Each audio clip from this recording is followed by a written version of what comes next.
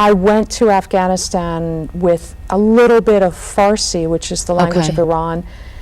I had prepared a little bit. Then when I got on the ground, I immersed myself in the language. I had private tutors, and then I just went out and talked to everyone over and over and over again. Okay. So I can communicate quite well, but I don't want to say fluent, because Dari is, like many languages in the world, has different levels of Dari, and there's an educated Dari that's a very different Dari than the spoken Dari on the street, and I speak the Dari of the street. Yeah, I would say the same thing about Arabic. Absolutely. Because I speak it, and there's what we call a Farsi and a Darish. Like, one is like the sort of literature, it's what you're going to hear on the news, and then the other one is what you speak on the street, right? So I speak on this. You speak on this, well, so, but folks actually, I mean, they did understand you, and based on what I read, I mean, there was some really healthy, rich dialogue. Oh, yeah, absolutely. Yeah,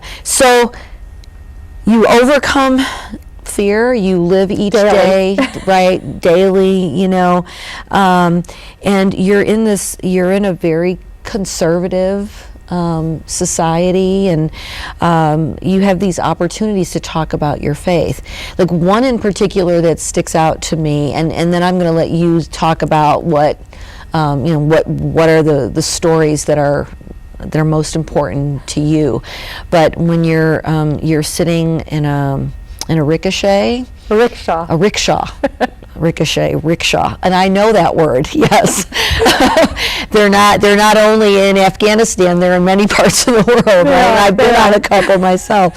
But you're sitting on this rickshaw with a couple of gentlemen, and you describe them in the book. One being a mullah, and one maybe not, I guess. And it's interesting that you would call your book "In the Land of Blue Burqas," because even the attire and the beards and just the way folks looked spoke a lot about who they were. And you share, like, what's going on. Like, I felt like I was on that rickshaw with you. Can you talk about that story? Did your back hurt as you were reading? No, it didn't. No, I was grateful that I didn't have the physical experience. I didn't have the physical. It was that, like, affective experience. Yeah. Sure, I'd love to. A rickshaw, just so that the viewers have some sense of what it is in this context, is a motorcycle with a flatbed of a truck sort of welded to the back of it, and with three wheels, with an axle on the back also.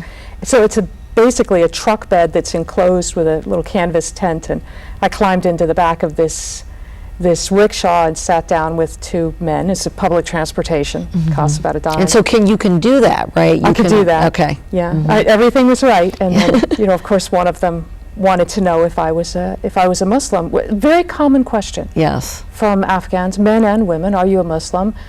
Sometimes they would say, well, you know, you must be a Muslim because you're covering your head, you're wearing a scarf, and of course I did that to honor them. They're my neighbors. Yes, to respect their culture. Yeah. And to keep kids from throwing stones at me or other people.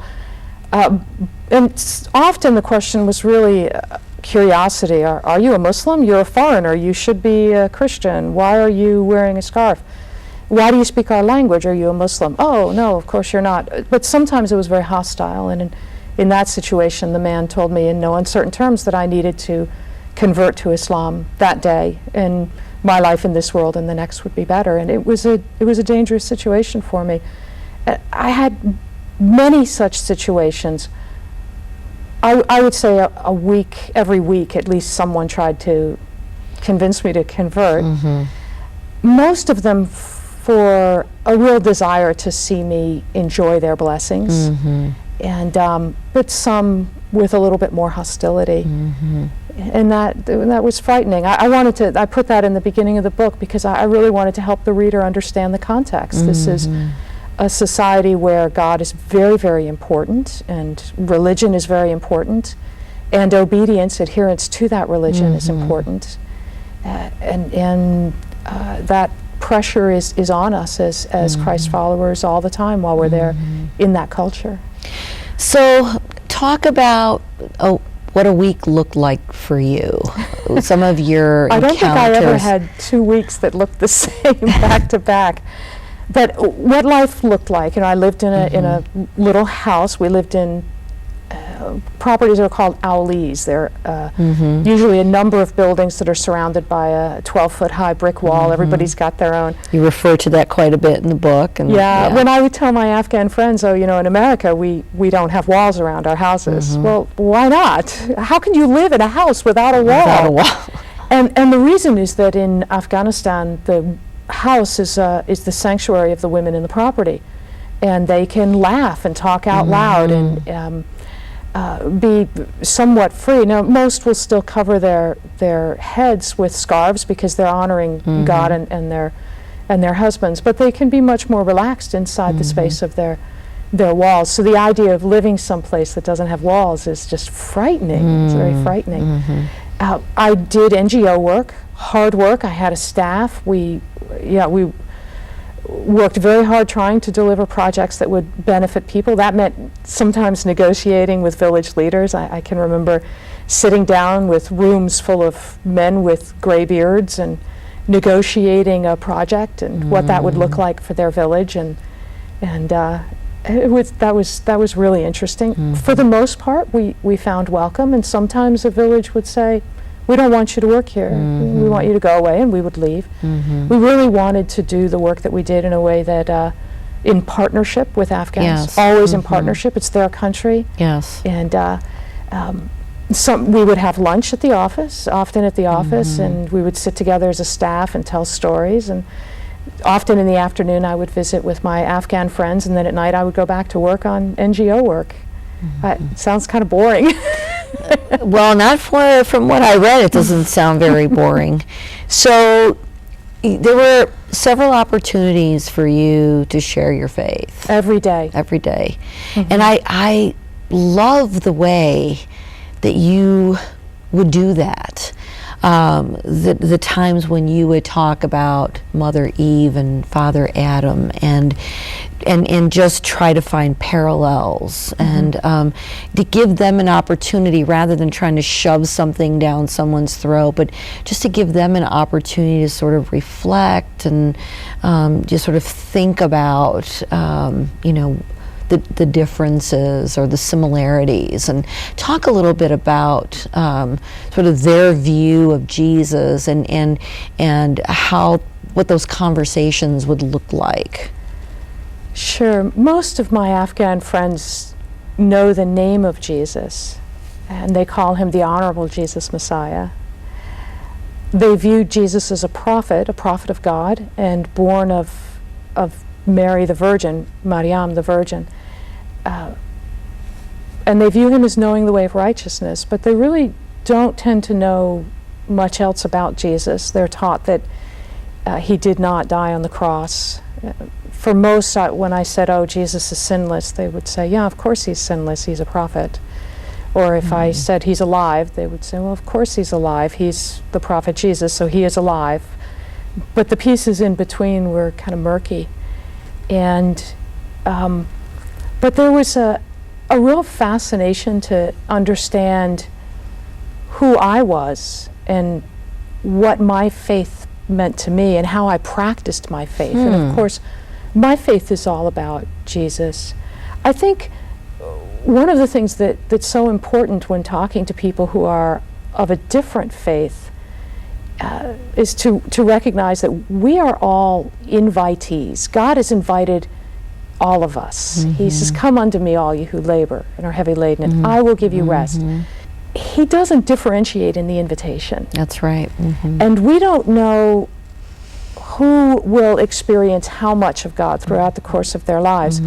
So when I walk with my Afghan friends, both the men and women, I look at them as people who God loves, has loved from the absolute foundation of the earth, who God desires to save and to bring into his kingdom. And I treat them like that. And most of the Afghans I know, they want to get to heaven. They're working very hard to do that.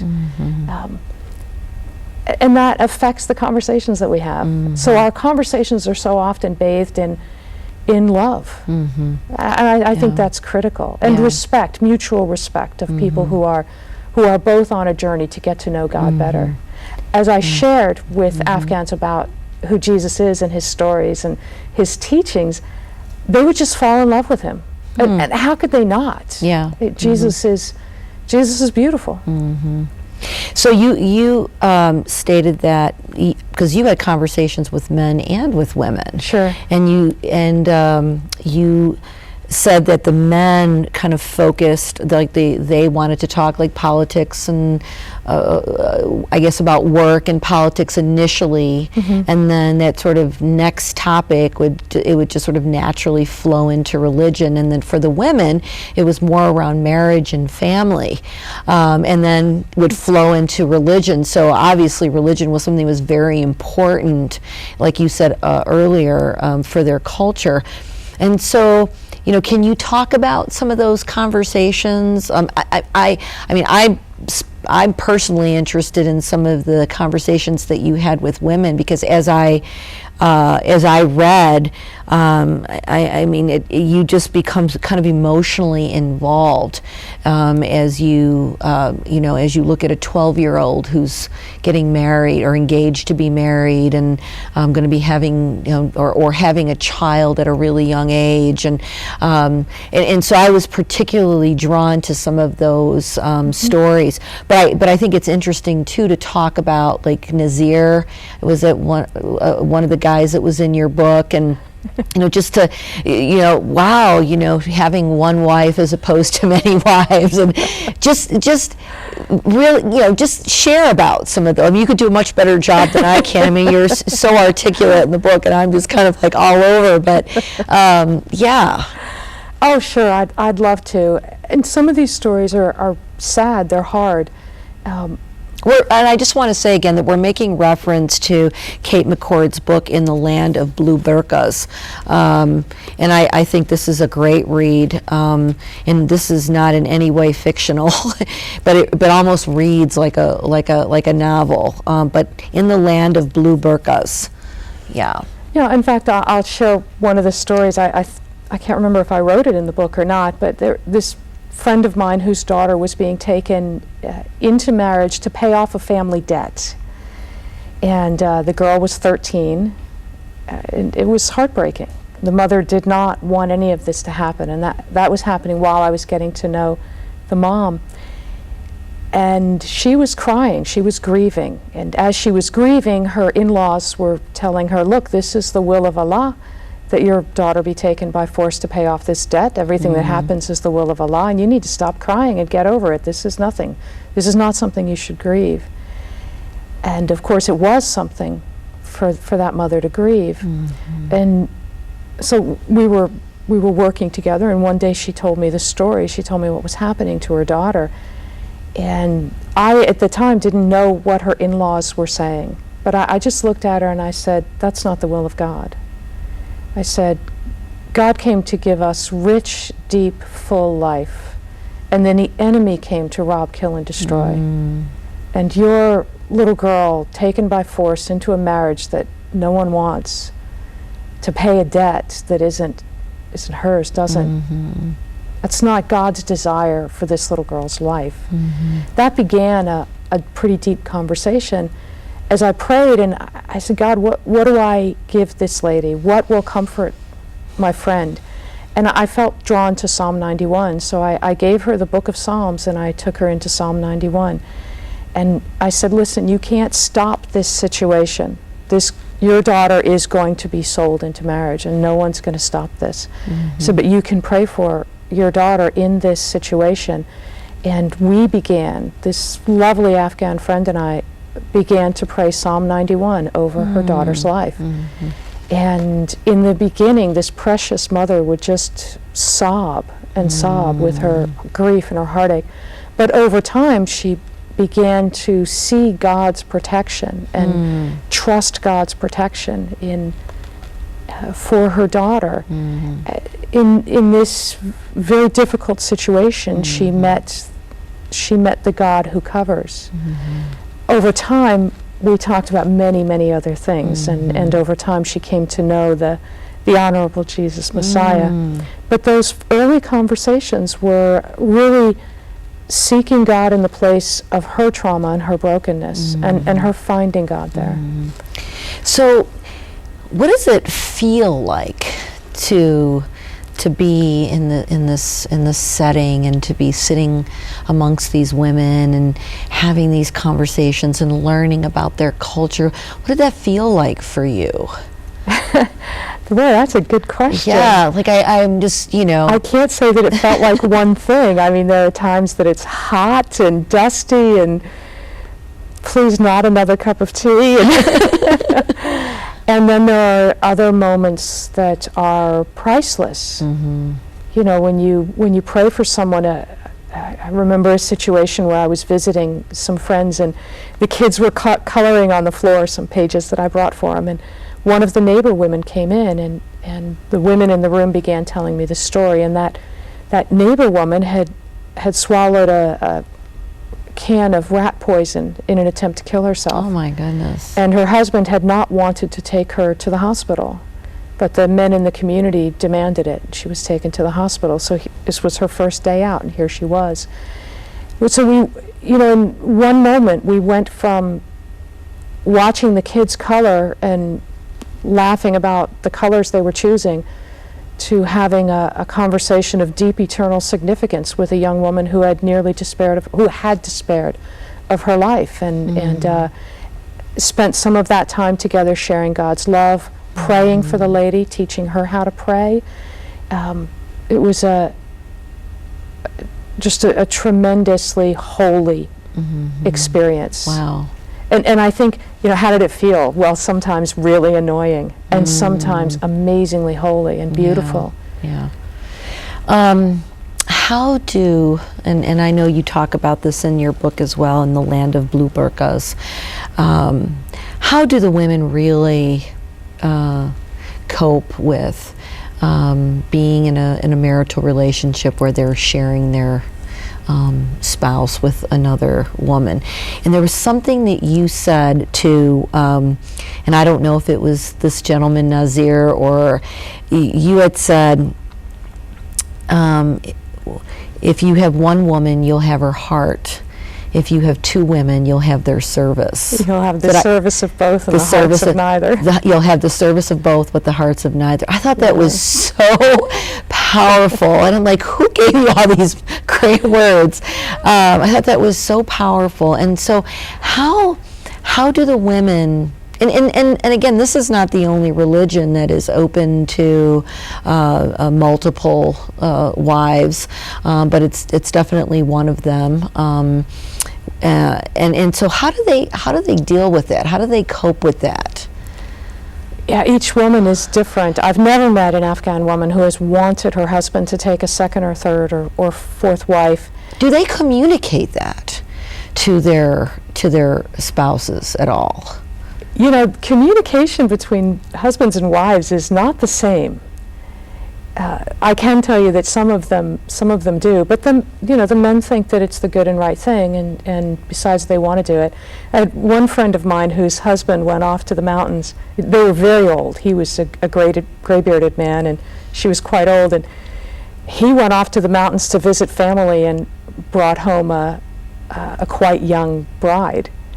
And my friend, his wife, was livid, and she followed him around and nagged at him and barked at him, and I mean, she was very rude to him, and he was quite old, so he was beyond the age of actually hitting her. And so one day I said, well, now what is it? Now what is it like? And she said, well, his wife and I, we sleep in the upper room, and we make him sleep downstairs. We won't sleep with him, neither one of us. We're punishing him. That's an interesting coping mechanism. I was shocked, actually. I mean, that's kind of a funny story, but really it's heartbreaking for many women when their husbands take second wives and third wives and fourth wives. And sometimes it's heartbreaking to be the third or fourth. To be the second, though, actually some women want to be the second because they say the second wife is the wife of love. And the first wife is the wife of obligation, the wife that your family chose for you. Wow. So there's some dynamic sometimes between the second wife and the first wife. There were situations when they are living very close together, or when the man abandons the one for the other. and the one's children for the other. I mean, that's just heartbreaking. Well, and you also talk about how the resources can be lacking too if there's an additional wife. That once this additional woman comes on, that now there's this community living that's taking place, and there may not be enough resources to actually take care of 2 or 3. Right, and there are many Afghans, men particularly, who say that Afghan men shouldn't take 2nd and 3rd wives unless they can properly afford them. Okay.